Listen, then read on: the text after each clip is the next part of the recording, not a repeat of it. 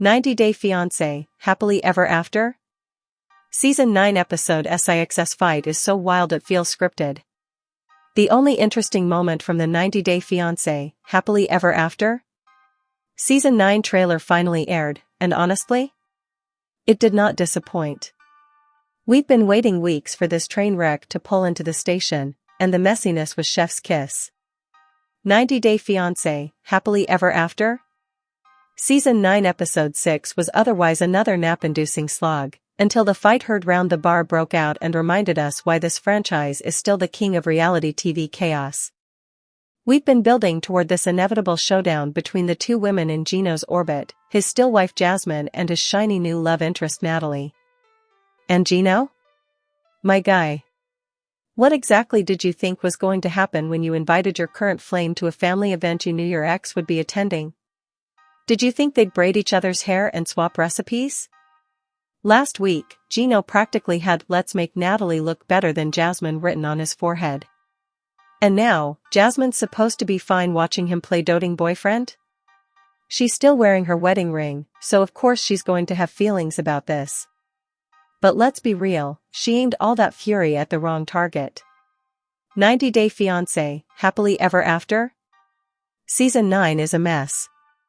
If Jasmine had walked in, smiled sweetly, and introduced herself to Natalie, she would have looked like the bigger person, and Gino would have been the one sweating bullets. But Jasmine doesn't do subtle. Instead, she went from zero to banshee in 0.3 seconds. We're talking screaming expletives, accusing Natalie of being a sex worker, and then lunging like this was a UFC undercard. The producers didn't even need to add dramatic music, it was pure chaos. Poor Dana got caught in the crossfire, shoved to the ground while trying to break it up. This bar was basically one spilled drink away from a full-blown WWE SmackDown. And the bar patrons? Cheering. Like they were at a championship fight.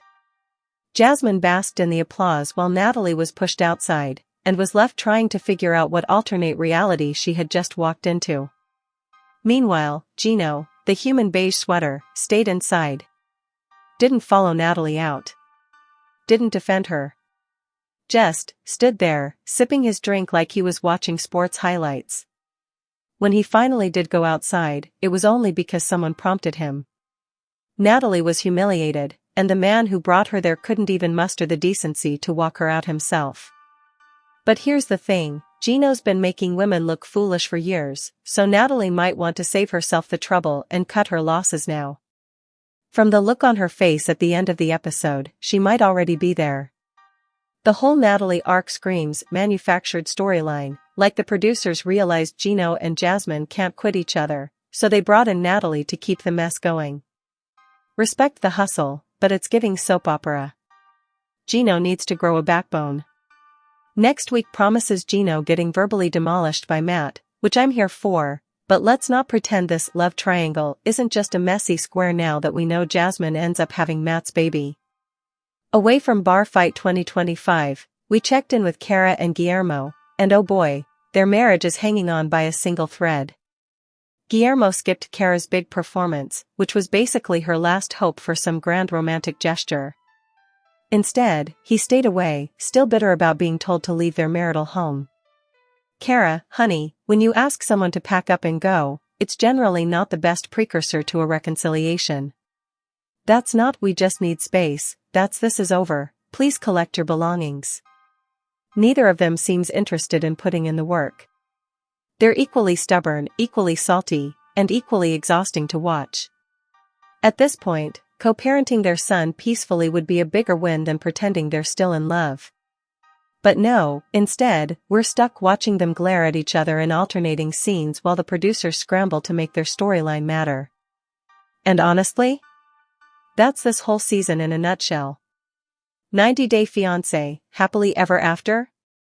Used to be about actual relationship drama. Now it's about who can stage the most chaotic fight for the cameras. The cast is clearly competing for screen time, the storylines feel like they were pitched in a production meeting, and the magic is slipping away. Still, I can't lie, I'll be seated for next week. Because if Jasmine can pull off this level of chaos in a bar, imagine what she'll do in a living room face-off. So, what do we think, friends? Did Jasmine go nuclear too quickly? And was Gino's decision to stay inside during the fight the final nail in the coffin for his relationship with Natalie? What's your take on the way everyone treated Natalie? Do you think Kara should have expected Guillermo at her performance after what happened between them? Hit the comments. I'll be here with popcorn. Why I think 90 Day Fiancé, Happily Ever Loren and Alexei feel so unnecessary for this latest season. Warning. The following contains spoilers for the 90 Day Fiancé, Happily Ever After episode There's No Place Like Home. Stream it with an HBO Max subscription and read at your own risk. The latest episode of 90 Day Fiancé, Happily Ever After has finally driven me to address the elephant in the room. It's a detail that's been quietly looming over this entire season thus far. So, while there's plenty of drama with Gino Palazzolo and Jasmine Pineda for every couple combined, I do feel like it's wild that Loren and Alexei Bravanek are in this season. That's because their involvement feels so unnecessary. Loren was in the latest episode with Yara and, after the whole segment played out, I just couldn't figure out why the scene happened at all. If there's one problem I have with this season, it's that I can't find a real reason for the Bravanek family being involved.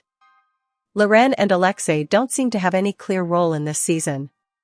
Loren and Alexei kicked off this season by hosting a dinner party and inviting some other 90-day couples. I figured this was a party deliberately set up to show what they as well as Andre and Libby Castrovet and Jovi and Yara Dufresne were up to this season.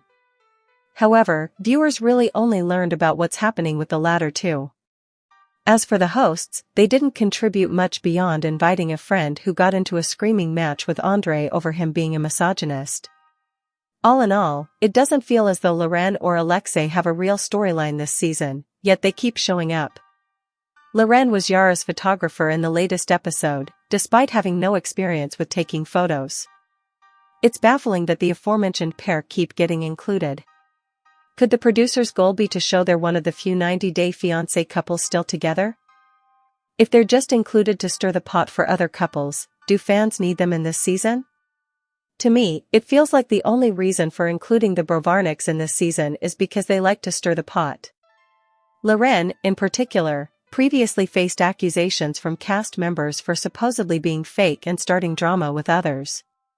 It seems that's once again the case this season and, quite frankly, it appears to be one of the only ways she and Alexei can remain relevant within the show's latest season. Readers might remember that Loren and Alexei briefly had their own spin-off, but it came and went pretty quickly.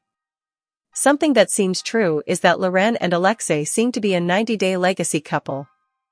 They have several appearances under their belts, despite not having the same kind of headline-grabbing drama that past cast members like Angela Deem and Big Ed Brown had.